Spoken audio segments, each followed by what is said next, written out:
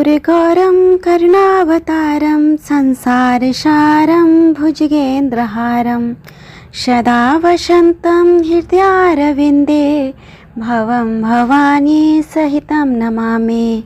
श्री शिवाय नमस्तुभ्यं भक्तजनों, मेरे यूट्यूब चैनल शिव शक्ति में आप सभी का स्वागत है।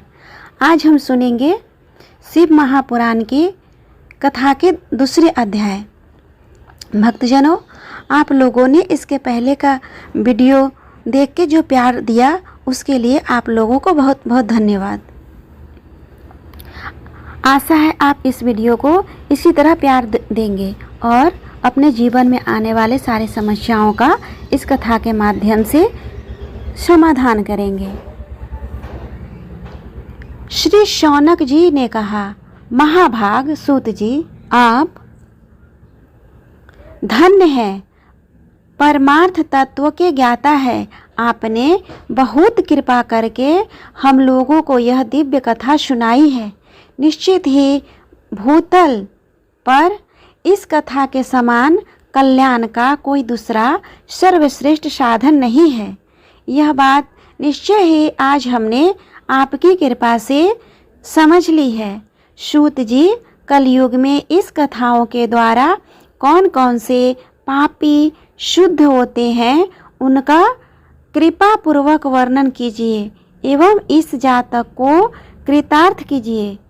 फिर सूत जी कहते हैं, मुने, जो मनुष्य पापी, दुराचारी, खल तथा काम क्रोध आदि में निरंतर लिप्त रहता है, वह मनुष्य भी शिव पुराण के श्रवण पाठन से शुद्ध हो जाते हैं। इसी विषय में जानकर मुनि इस प्राचीन इतिहास का उदाहरण दिया करते हैं, जिसके श्रवण मात्र से संपूर्ण पापों का नाश हो जाता है। प्राचीन काल की बात है, कहीं किरातों के नगर में एक देवराज नामक ब्राह्मण रहता था। देवराज ज्ञान में अत्यंत दुर्बल, दरिद्र, रस बेचने वाला तथा वैदिक धर्म से विमुख था। वह स्नान, संध्या आदि कर्मों से भ्रष्ट हो गया था एवं वैश्यावृत्ति में निरंतर रहता था। उसका नाम था देवराज। वह अपने ऊपर विश्वास करने वाले लोगों को ठगा करता था। उसने ब्राह्मणों, क्षत्रियों, वैश्यों, क्षुद्र तथा दूसरों को भी अपने बहानों से मारकर उन सब का धन हड़प लिया था। परंतु उस पापी का थोड़ा सा भी धन कर्म के काम में मन नहीं लगता था। वह वेश्यागामी तथा सब प्रकार के आचरण से आचार भ्रष्ट था। एक दिन देवराज घूमता हुआ प्रतिष्ठान पूर्वक झूसी प्रयाग में जा पहुंचा। वहां पर उसने एक शिवालय देखा जहां बहुत से साधु महात्मा एकत्र हुए थे। देवराज उस शिवालय में ठहर गया, परंतु वहां उसे ज्वर आ गया। उसी ज्वर से उसे बहुत अधिक पीड़ा होने लगी। ज्वर में पड़ा हुआ वह ब्राह्मण के मुखारविंद से निकली हुई उस शिव कथा को निरंतर सुनाता रहा। 1 मास के बाद वह ज्वर से अत्यंत पीड़ित होकर चल बसा। उसकी मृत्यु के पश्चात यमराज के दूत आए और उसे पासों में बांधकर बलपूर्वक यमपुरी ले जाए।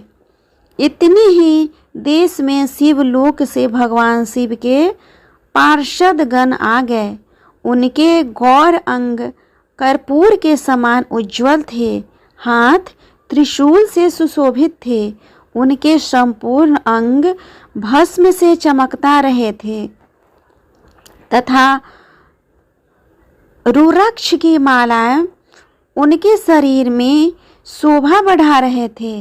वे सभी क्रोधपूर्वक यमपुरी गए और यमराज के दूतों को मार पीट कर बारंबार धमकाकर उन्होंने देवराज को उनके चंगुल से छुड़ा लिया और अत्यंत अद्भुत विमान पर बैठाकर जब वे शिवदूत कैलाश जाने को उद्यत हुए, उस समय यमपुरी में भारी कोलाहल मच गया।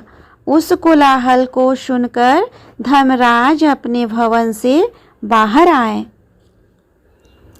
साक्षात दूसरे रुद्रों के समान प्रतीत होने वाले उन चारों दूतों को देखकर धर्मज्ञ धर्मराज ने उनका विधि पूर्वक पूजन किया और अपनी ज्ञान दृष्टि से बस देख कर ही सारा वृतांत जान लिया।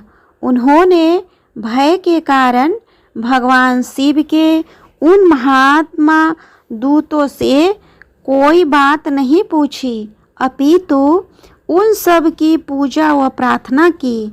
तत्पश्चात वे शिवदूत कैलाश को चले गए और वहां पहुंचकर उन्होंने उस ब्राह्मण को दया सागर शांबा शिव के हाथ में दे दिया। इस प्रकार शिव महापुराण कथा का दूसरा अध्याय पूर्ण हुआ।